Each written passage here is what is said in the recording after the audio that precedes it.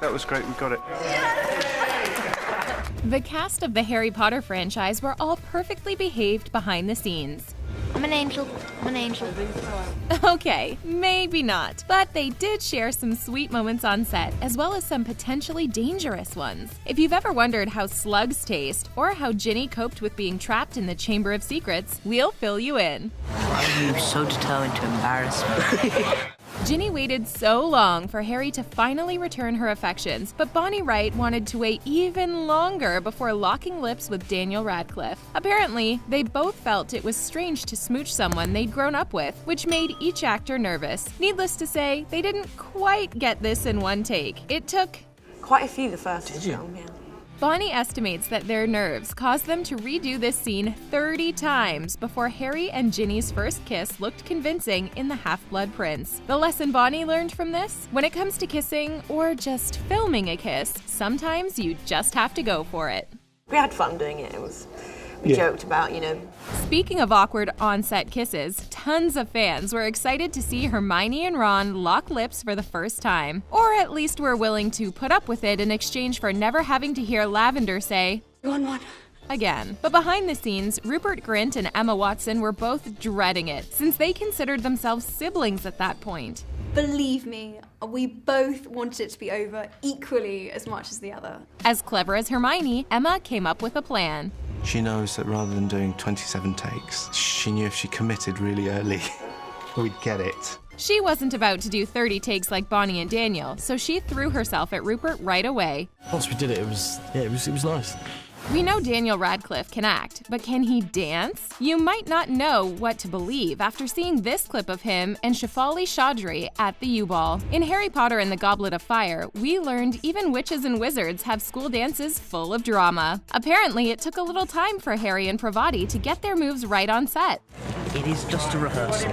Later, Daniel claimed to be a fantastic dancer. But because Harry's not very good, I felt I should play it down. Is he a really bad dancer or a really good actor? Ron's brothers, Fred and George, are notorious troublemakers, but Rupert was the real problem on set. Sometimes stars couldn't help but giggle during a scene, and every cast member in the Harry Potter franchise is guilty of this, but no one caused as many disruptions as Rupert. You shouldn't be laughing at the end when you find out that Dan's gonna potentially be killed by Snape. His laughter distracted his co-stars. I can see Rupert laughing in the mirror, and I can see him, and I can hear him sniggering in my ear. Frustrated the crew. Rupert will start giggling, and he'll pretend he isn't giggling. And ended up causing the need for a penalty system for unsanctioned laughter. Red card.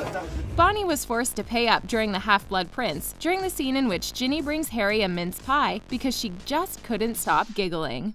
In Harry Potter and the Sorcerer's Stone, first-year Hogwarts students learn how to fly brooms for the first time. Playing hand games might not be quite as exciting as soaring through the sky on brooms, but it made for some adorable behind-the-scenes moments. Apparently, Emma couldn't help but take playtime seriously, and her cast members noticed a competitive streak right away. I'm a very competitive person. Emma slapping hands with Tom Felton was so cute, we can't believe she was smacking him in the face just a few years after this. Hermione, no! He's not worth it. But don't let Emma Watson fool you. She's a competitive and clever person, but that doesn't mean she can't be bad once in a while. This star has broken character due to laughter quite a few times, and was seen using her cell phone while on set. On the bed, with her shoes on. Everyone knows electronics don't work at Hogwarts, Emma. As much as we love the movies, they can't incorporate every element from the books, even if we don't like to admit it. One of the things cut from the films was Hermione's oversized front teeth, but it turns out Emma did have some, at least for a while. Am I supposed to have my teeth on? According to Sorcerer's Stone director Chris Columbus, Emma is actually wearing false teeth during this scene, but he realized she couldn't keep acting with them in her mouth. Oh, are you doing magic? Let's see then. What's more difficult than trying to get a big group of kids to cooperate on set? How about trying to keep them in line when they're flying through the air? That was a real problem thanks to all those Quidditch matches, and when we saw dueling in Harry Potter and the Chamber of Secrets. Maybe that's why Harry usually sticks to a simple disarming spell. Expelliarmus! As you might have guessed based on this scene we talked about earlier, there was no love lost between Hermione and Draco. Not unless we're talking about Dramini fanfiction. But behind the scenes, Emma admits she had a huge crush on Tom Felton when they were kids. That's right, during the first 2 films, Hermione was really smitten with Draco the entire time. Some people think Emma and Tom are dating in real life, but he claims that when he found out about her crush, I heard it through the grapevine, and then eventually, we became good friends. Poor Emma had to film her scene on the Hogwarts Express with fake teeth, while Rupert and Daniel got to stuff their mouths with candy. I got every single flavour. Well, hopefully not every flavor. George sweared he got a bogey flavoured one once. Apparently, nobody ever told Daniel not to play with his food. Get a snake and turn it into a whip. Daniel Radcliffe and Rupert Grint are friends in real life, but on set they had a few differences. Apparently, Rupert was a little bit shy and didn't want to be seen while he was getting his hair and makeup done. Rather not be seen like this? Yeah. Meanwhile, Daniel had no problem wearing some different clothes during Harry Potter and the Deathly Hallows. Wow, we're identical.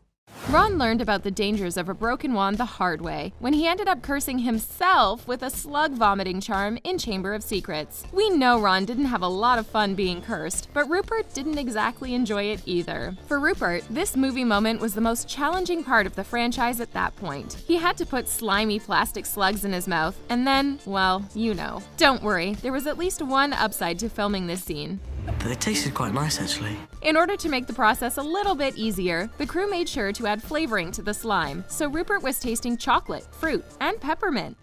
Apparently, Harry Potter and the Chamber of Secrets was full of challenges for the cast, and Bonnie Wright struggled to get through one of the scenes. Ginny Weasley has a bigger part in the second movie, but unfortunately, that was because she was being tormented by you-know-who. She ended up in the Chamber of Secrets, laying on a very cold marble floor. According to Bonnie, the floor was so freezing that she couldn't handle laying on it for long enough to film the scene. So in order to get her through it, the crew hid hot water bottles in her clothes to keep her warm.